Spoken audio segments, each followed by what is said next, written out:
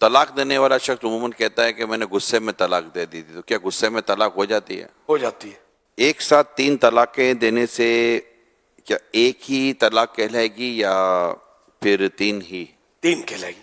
Pregnant عورت جو ہوتی ہے کیا ان کو طلاق دینے سے طلاق ہو جاتی ہے؟ ہو جاتی ہے. 3 طلاق دی تو کیا اب 60 مسکینوں کو کھانا کھلانے سے طلاق کا مسئلہ حل ہو جائے گا؟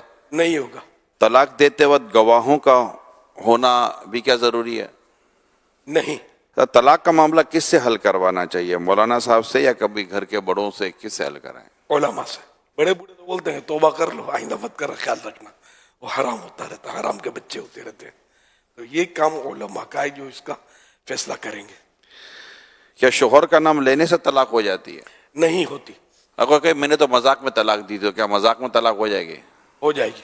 حدیث پاک میں کہ اللہ کے پیارے نبی صلی اللہ علیہ وسلم نے فرمایا 3 چیزیں وہ ہیں جن کا ارادہ بھی ارادہ ہے اور مذاق بھی ارادہ: نکاح اور طلاق اور رجوع. یعنی یہ مذاق میں بھی ہو جاتے ہیں. رجوع مانے طلاق کو واپس لینا. اور میرات المناجم ہے یعنی ارادتاً بولے تو بھی واقع ہو جائیں گی.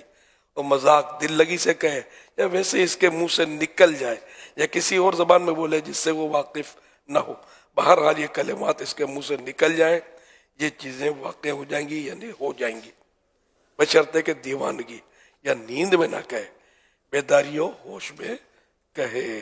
وہ تو یہ ارشاد فرمائے کہ کوئی شخص شادی کرنے جا رہا ہو تو کیا اس پر طلاق کے احکام سیکھنا یہ بھی فرض ہیں؟ جب طلاق کی ضرورت پیش آئے تو اس وقت اس کو معلوم ہونا چاہیے کہ طلاق کس طرح دی جاتی ہے، اس کے کیا ضروری مسائل ہیں اور کیا کنائے ہیں وغیرہ. یہ اس وقت اس پر فرض ہوگا.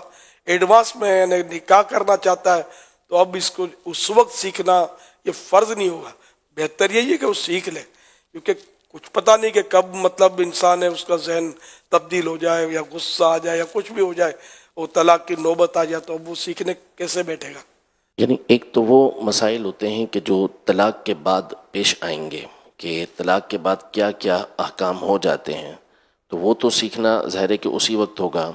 لیکن ایک ہے کہ طلاق کے جیسے کنائے کے الفاظ آپ نے فرمائے تھے یا اسی طرح اور الفاظ ہیں، تو وہ سیکھنا تو اس کے لیے ضروری ہوگا کہ کہیں ایسا نہ ہو کہ طلاق کے الفاظ کہہ بیٹھے اسے پتہ ہی نہ ہو کہ میں نے کیا کہا ہے، اور نعوذ باللہ پھر وہ حرام ہو چکا ہو معاملہ اور وہ حلال سمجھ کے رکھا ہوا ہو.